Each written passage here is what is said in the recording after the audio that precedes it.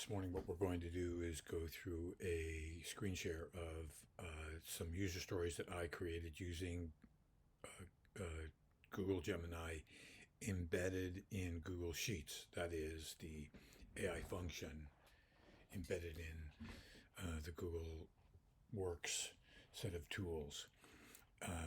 What you're looking at right here is I've basically given this sheet a name, and what I've done is created multiple columns. The important ones are B, C, and D. And what I did is I manually created these features for a website, a training and mentoring website that I'm working on right now. So here's the first one is basically a calendar.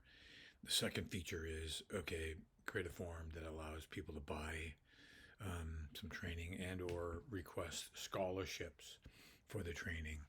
And then the next one is give the users or the option of buy now, pay later, which is pretty convenient and very common nowadays.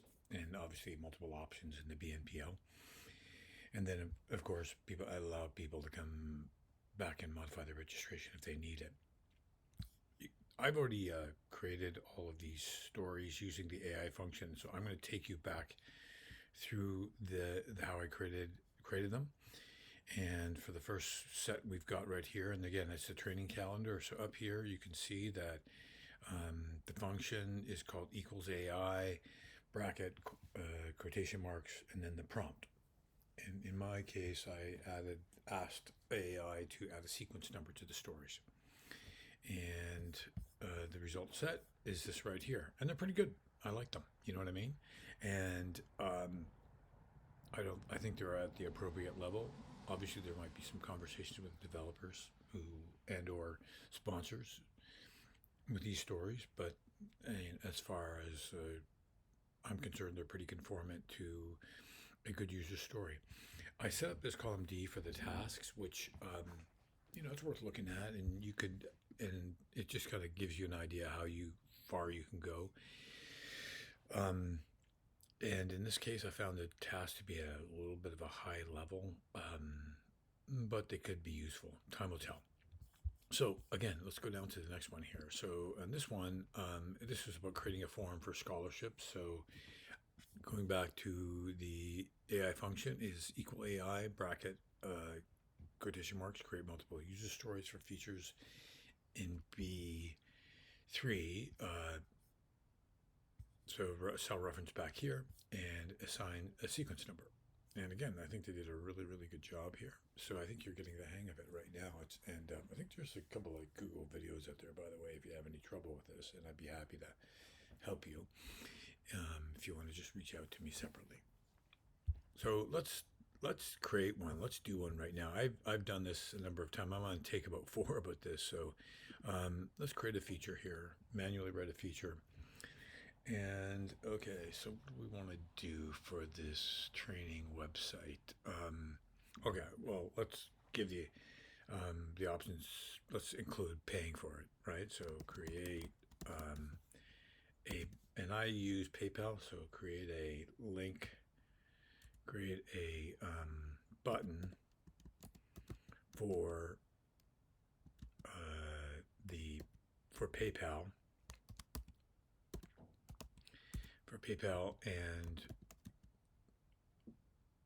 use a blank, use a stub for the link.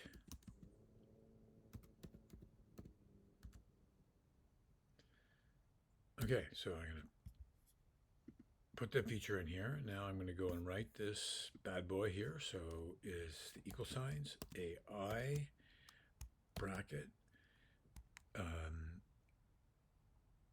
quotation marks, and then I'm going to put the prompt in. Create a page, let's see, how should we phrase this?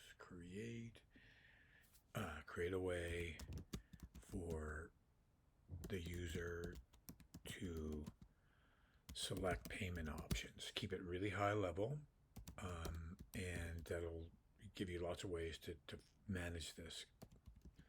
And for the feature, B7, B7.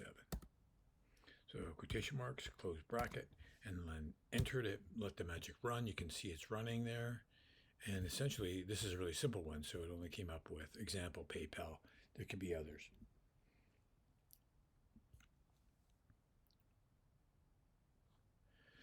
So listen, as you can see, this is a big time saver, and it's worth trying yourself. I'm pretty sure you can do this in Excel using Copilot. Wouldn't be all that different. They might have a different formula and function that you have to use there. In fact, maybe that's a good one for me to do for a future video. So thanks to all you product owners, business analysts, agile coaches, scrum masters who tuned in to me today.